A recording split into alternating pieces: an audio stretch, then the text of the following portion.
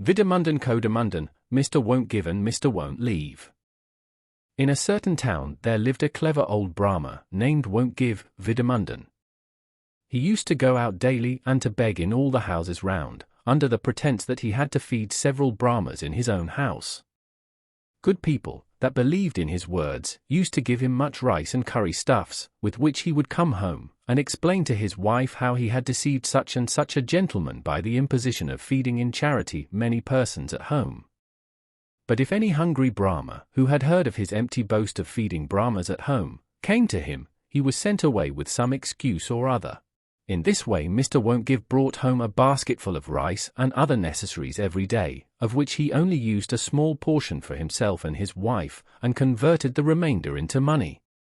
And thus, by imposition and tricks, he managed to live well for several years. In an adjoining village there lived another very clever Brahma, named Won't Leave, Kodâmundan. Whenever he found any man reluctant and unwilling to give him anything that he begged of him, he would persist in bothering him until he had wrung from him a dole. This Mr. Won't Leave, hearing of the charity of Mr. Won't Give, and his benevolent feeding of Brahmas, came to see him one day, and requested him to give him a meal. This Mr. Won't Leave, hearing of the charity of Mr. Won't Give, and his benevolent feeding of Brahmas, came to see him one day, and requested him to give him a meal. Mr. Won't Give told him that for that day 10 Brahmas had already been settled, and that if he came the next day he would have his meal without fail. Mr. Won't Leave agreed to this, and left him for that day. Mr. Won't Give had, of course, told him the very lie he was accustomed to tell all that occasionally begged meals of him. Now Mr. Won't Leave was not so stupid as to be thus imposed upon. He stood before Mr. Won't Give's door precisely at the appointed Gaikar hour, the next day, and reminded the master of the house of his promise. Mr. Won't Give had never before been taken at his word, and determined to send away the impertinent guest by some stronger excuse than the first, and so he spoke to him thus. "Sir, I am very sorry to say that my wife fell ill last night of a strong fever, from which she has not yet recovered. Owing to this unforeseen accident I have had to postpone my charitable feedings, Samaradna, till her recovery, so do not trouble me, please, for some days more." Mr. Won't Leave heard these words with an expression of sincere, or rather, seemingly sincere, sorrow in his face, and replied, "Respected sir, I am very sorry for the illness of the mistress of the house, but to give up charitable feeding of Brahmas on that account is a great sin. For the last 10 years I have been studying the art of cooking, and can now cook for even several hundreds of Brahmas, so I can assist you now in preparing the necessaries for the Samaradna."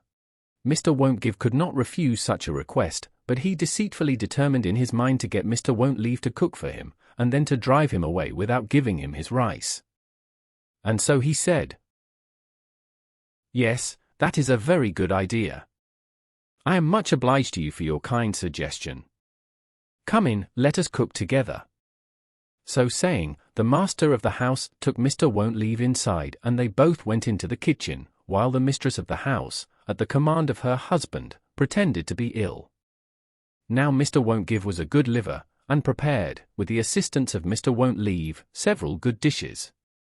And then the difficulty was to drive the fellow out, for the long-maintained rule of never feeding a single Brahma must not be broken that day. So, when the cooking was all over, the master of the house gave to Mr. Won't Leave a kosu, copper coin, and asked him to bring some leaves from the bazaar, for plates, and he accordingly went. Mr. Won't Give, meanwhile, came to his wife, and instructed her thus. "My dearest wife, I have spared you the trouble of cooking today.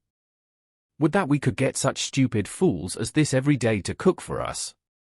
I have now sent him out to fetch us some leaves, and it won't look well if we shut our doors against him or drive him away, so we must make him go away of his own accord. A thought has just come into my mind as to how we can do it. As soon as he comes you shall commence to quarrel with me. I shall then come to you and beat you, or, rather, the ground near you, with both my hands, and you must continue your abuse and cries. The guest will find this very disgusting, and will leave us of his own accord." Mr. Won't Give had just finished when he saw Mr. Won't Leave returning with the leaves. The wife, as prearranged, abused her husband right and left for his great imprudence and over-liberality in feeding the Brahmas.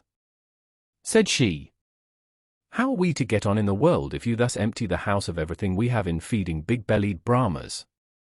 Must you be so particular as to invite them, even when I am sick?" These, and 1,000 similar expressions, were now launched at the husband's head. He pretended not to hear it for a time, but at last, apparently overcome by anger, he went in and with his hands gave successive blows on the floor.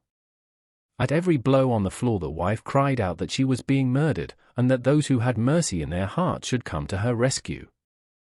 Mr. Won't Leave, from the courtyard of the house, listened to what was taking place inside, but not wishing to interfere in a quarrel between husband and wife, left matters to take their own course, and got into the loft, where he hid himself, fearing that he would be summoned as a witness to the quarrel. After a time Mr. Won't Give came out of the room where he had been beating the floor, and to his joy he could not find the guest. He cautiously looked round him and saw no signs of Mr. Won't Leave. Of course, having had no reason to think that his guest would be sitting in the loft, he did not look up there, and even if he had done so, he would not have found him, for he had hidden himself out of sight. Mr. Won't Give now carefully bolted the door, and his wife came out and changed her dirty cloth for a clean one. Said her husband to her, "At last we have succeeded in driving him out. Come, you two must be hungry, let us have our dinner together." 2 leaves were spread on the ground, and all the dishes were equally divided into them.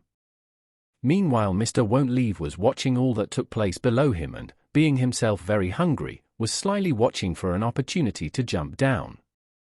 Mr. Won't Give, gloating over his trickery, said to his wife, "Well, my love, did I not beat you without hurting you?" To which she replied, "Did I not continue to cry without shedding tears, when suddenly there fell on their ears?